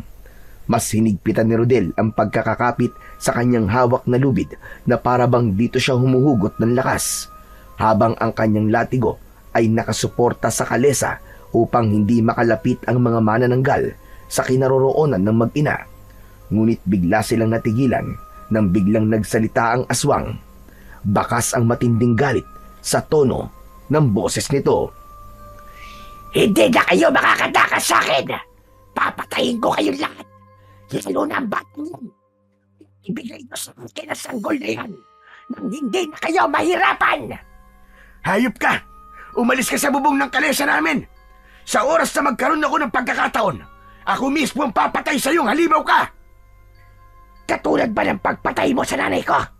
Ang kapal ng mukha mong paalisin kami! Masyado ka naman yatang nagpapakaama sa batang yan! Pagkatapos mong abandonahin ang una mong pamilya, hindi ba? Tinalikuran mo kami at pinatay mo ang kaawa-awa kong ina. Kaya kapag nagkaroon ako ng pagkakataon, ako mismo ang papatay sa iyong hayop ka. Tandaan mo yan! Tay! Ano sinasabi ng mana ng galing sa bubong? Anong pamilya sinasabi niya? Huwag kang maniniwala sa kanya, Rodel. Nagsisinungaling siya. Nililito ka lang niya para magtagumpay siya sa binabalak sa kapatid mo. Kaya sige na, hagupitin mo na sila ng latigo. Ikaw at sinungaling! Pinatay mo ang nanay ko para sa pangalawang pamilya mo.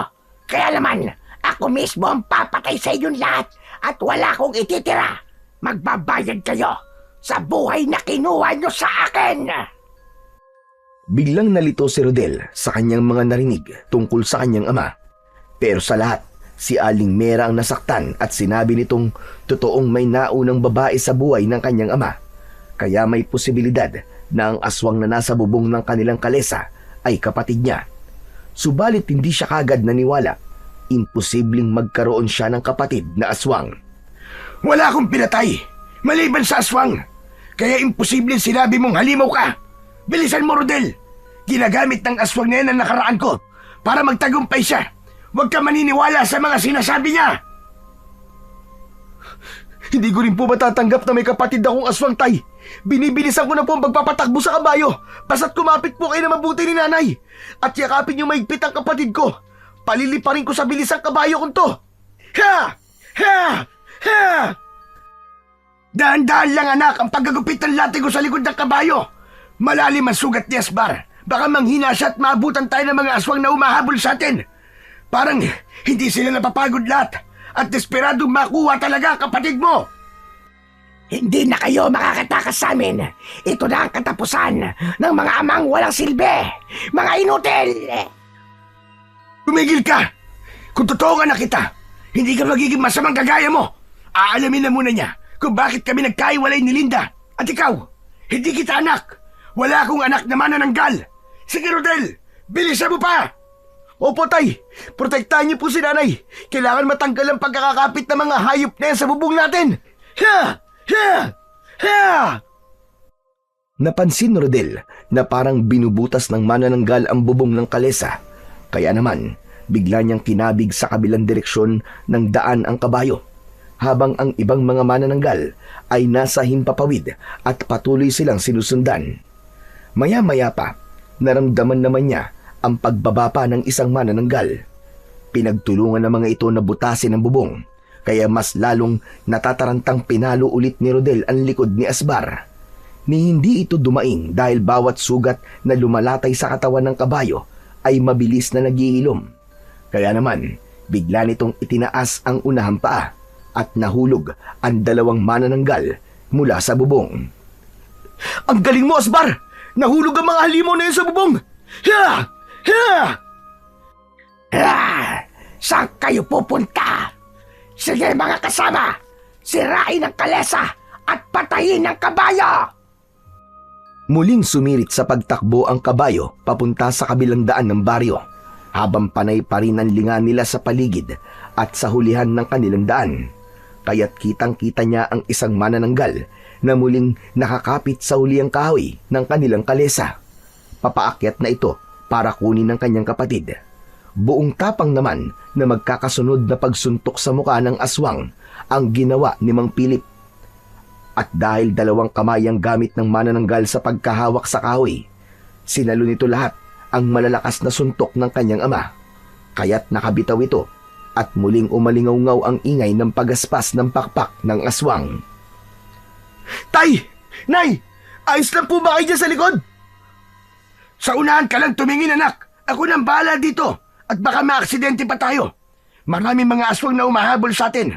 Dahil mabangong-mabango sa kanilang amoy ng sanggol. Lalo na kapag bagong silang. Kaya halos nag-aagawan sila sa pagpatay sa kapatid mo. Kaya't magmadali ka. Lintik talagang mga aswang na yan. Tayo pa talaga na tiyempuan. Tay, totoo po bang nagkaroon kayo ng pamilya sa una, bago kami ni nanay? Paano po kung totoong anak niyo ang pinuno ng mga aswang? At hindi lang ang tungkol sa pagpatay nila sa kapatid ko ang pakay nila, dahil balak lamang po niyang magiganti sa inyo. Hindi nakasagot si Mang Philip.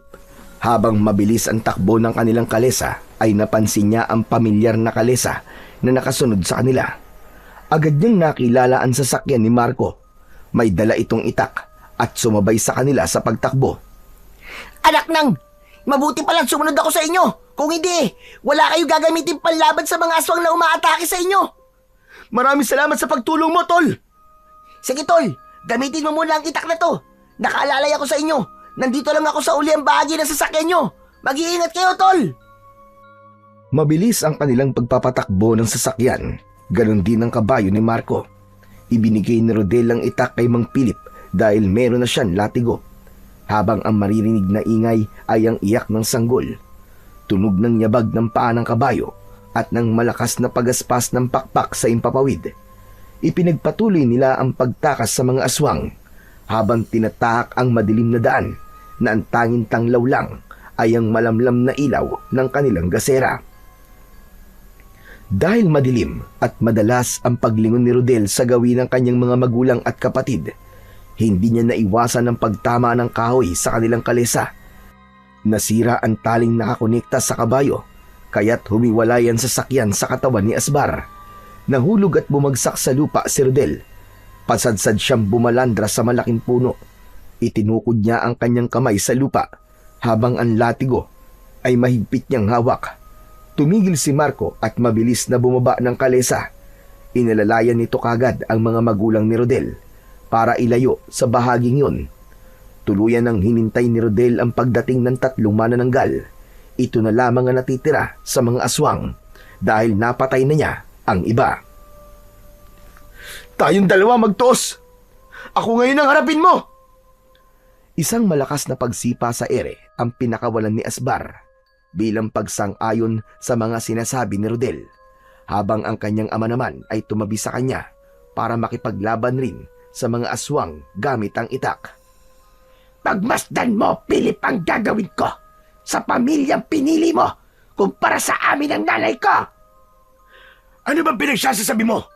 Sino ka ba talaga? Talaga bang binura mo na ako sa buhay mo? Wala kang karapatang tawagin tatay ko. Kaya Philip, makinig ka. Ito na ang araw na pinakahinihintay ko. Ang patayin ng taong pumatay sa nanay ko. Kung ganun, si Linda, siya ang manananggal na napatay ko. 20 taon na ang nakakaraan. Pero ang buong akala ko, iniwan niya ako at inilayo ka niya sa akin. Wala akong alam. Maniwala ka. Hindi ko alam na aswang kayo ng nanay mo. Hindi siya aswang nang kayo ay magsama. Naging aswang siya dahil nalaman ng nanay ko na may anak ka na sa babaeng ipinalit mo sa kanya. Kaya mamamatay kayo sa mga kamay ko ngayon din. At wala akong ititira sa inyo. Dahil sa ginawa mo sa nanay ko, naging dahilan din yon para magpakamatay ang lolo ko. Huli na, hindi ko na siya naabutang buhay. Bibigyan ko sila ng katarungan sa pamamagitan ng pagkuha sa buhay mo. Anak, patawarin mo ko. Hindi ko alam. Maniwala ka. Wala akong alam sa mga nagawa ko. Huli na para sa paghingi mo ng tawad sa akin dahil hindi mo na may babalik ang buhay ng nanay ko. Tay, anong ibig sabihin nito? Totoo ba sinasabi niya? Totoong anak mo siya? Patawarin mo ko, Rodel. Alam ni Meran tungkol sa una kong pamilya. Pero ang alam ko talaga ay iniwan lang ako ni Linda. Wala akong alam na may anak ako sa kanya. Itinaas ni Asbar ang unahang paa nito at narinig ni Rodel ang sinabi ni Asbar. Ang babaeng nagsasalita ay ang presensyang nararamdaman nito sa lugar kung saan nila inihatid ang 4 na dalaga, kaya maaaring isa sa kanila ang kanyang kapatid. Sana nga mali ako. Marisa, ikaw ba yan? Sa biglang pagbabago ng anyo ng aswang, ay tila tama ang pangalang tinawag ni Rodel. Natigilan nito nang magsalita si Rodel, pero hindi naging hadlang yun para hindi umatake ang mga kasama nito. Hindi natinag si Rodel. Hindi rin niya hayaang masaktan ng kanyang mga magulang at kaibigan nang dahil sa paghihiganti ng kanyang kapatid. Umalis si Asbar sa kanyang tabi at hinarap nito ang ibang manananggal na una nang umatake sa kanilang kinaroroonan. Si Rodel ay iniwan na rin ang natitigilang si Mang Philip. Hindi ito makakbang para lumaban. Takot na takot ito na masaktan ng anak. Kinausap niya si Asbar at sinabi nitong dadalhin siya nito sa kinaroroonan ng kalahati ng katawan ng mga aswang. Naunang lumipad sa impapawid ang mga manananggal at inatake ng mga ito ang tumatakbong si Rodel, sakay ng kanyang kabayo. Tuluyang naiiwas niya ang mga ito sa kanyang mga magulang. Malalaki ang hakbang ng paa ni Asbar, habang ang latigo ay panay ang wasiwas sa ere. Tinamaan niya ang kasama ng kapatid niya at bumagsak yun ng pasadsad sa lupa.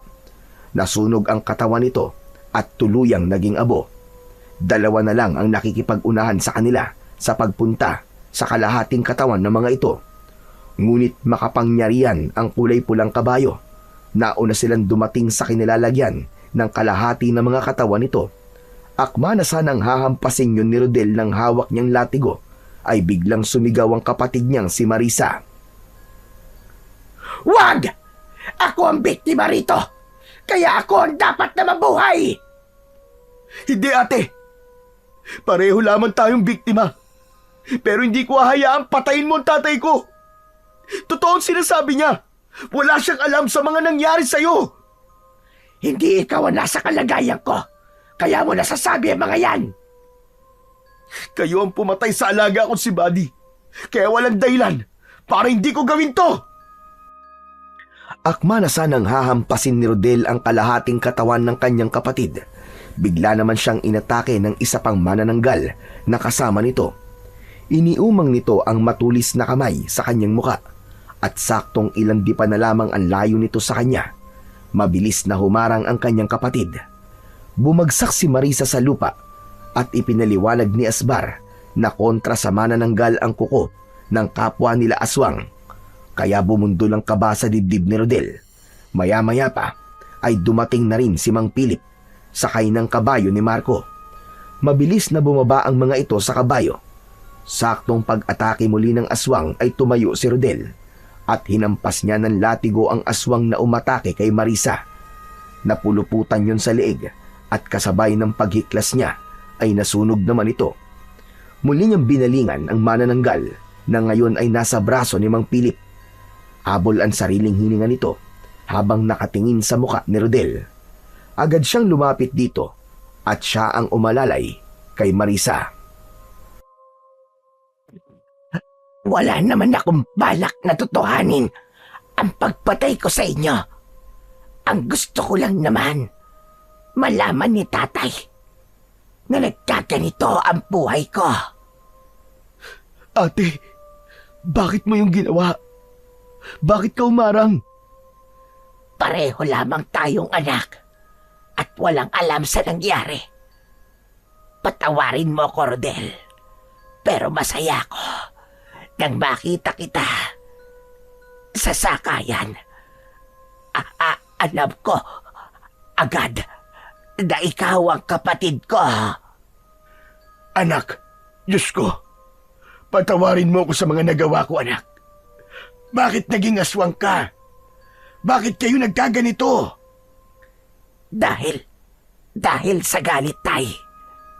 Hindi ako pumatay sa alaga mong kabayo, Rodel. Patay na yon nang dumating kami. At marahil yun ang nakita ng mahiwagang kabayong kasama mong tumulong sa'yo. May naunang pumatay sa kanya. Hindi ako. Tumingin si Marisa sa nakatayong si Marco kaya't napaatras ito. Pagkatapos ay bumakas sa muka ang pag-aalala at pagkabigla. Kung ganon, ikaw, Tol? Ikaw, Marco, ang pumatay sa kabayo ko? Bakit? Tol, hindi ko naman sinasadya yun eh. Nadala lang ako ng galit at inggit sa'yo. Patawarin mo ako, Tol. Pero pinagsisisihan ko na ang mga nagawa ko.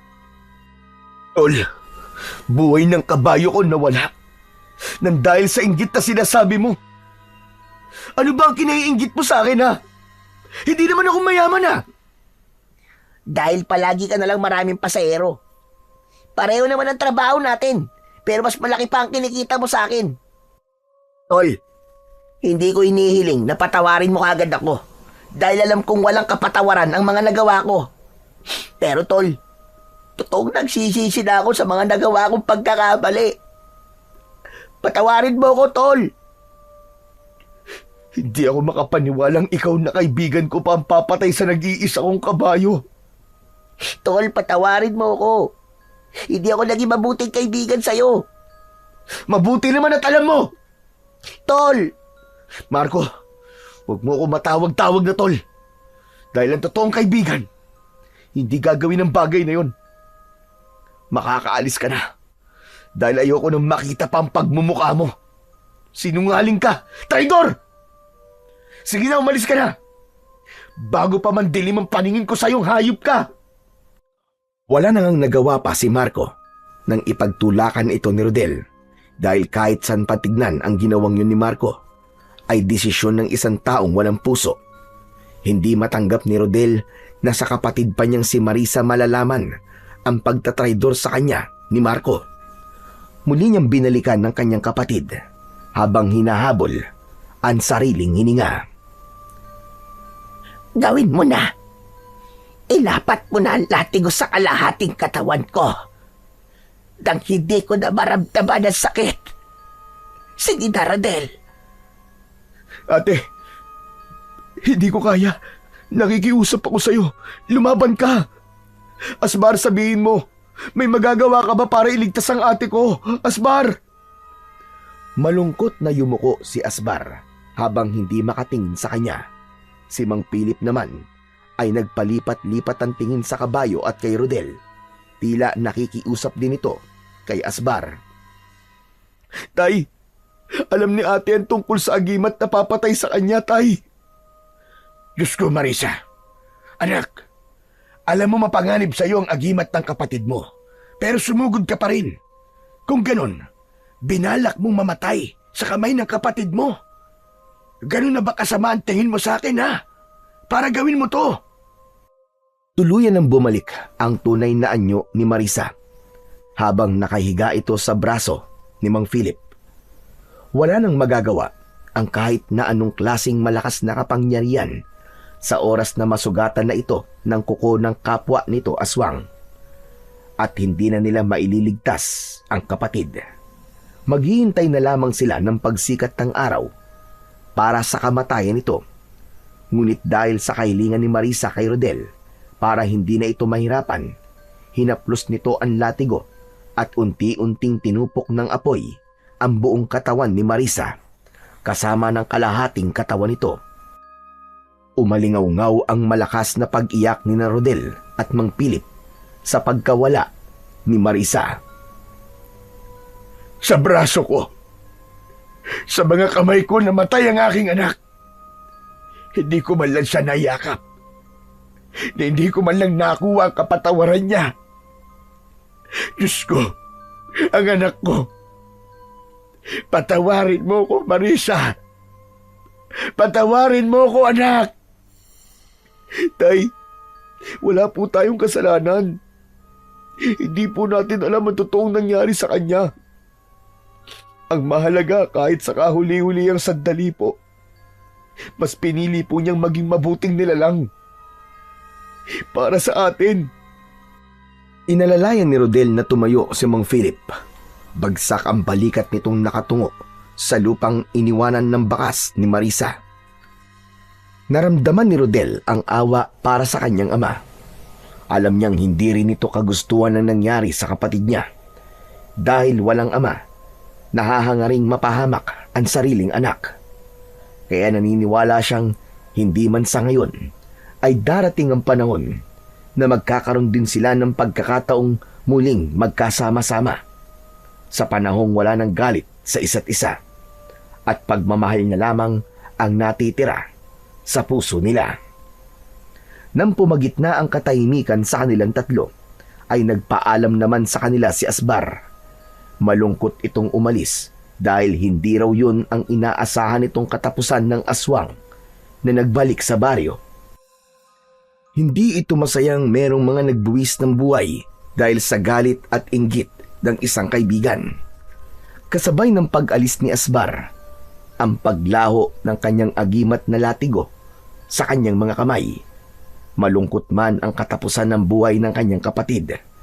Nakasama naman niya ito sa loob ng kanyang kalesa, habang siya ang tanging kutserong pinili nito. Tapat na ang ilang oras na nagkasama sila upang masabi niyang ang aswang na manananggal ay naging isang mabuti ring nilalang sa ngalan ng pagiging magkapatid nila. Taginawa naman ni Marco kay Rodel, patunay lamang na ang inggit sa kapwa ay walang maibubungang maganda sa buhay ng tao. Makakagawa ka ng kasalanan na habang buhay mong pagsisisihan, dahil ang kapalit nun ay ang pagkawala ng tunay mong mga kaibigan. Sabi nga sa banal na Biblia, sa Pedro Kapitulo 2, versikulo 1, ang pagtalikod sa inggit ay bahagi ng paglago sa pananampalataya, dahil kapag ang pagmamahal sa Diyos ang papairalin, hindi ka magkakasala at makakagawa ng pagkakamali. Sa kasalukuyan ay napatawad ni Rodel ang kaibigan si Marco. Sinubukan itong bayaran ng kabayo bilang pagpapakita ng totoo nitong paghingi ng tawad.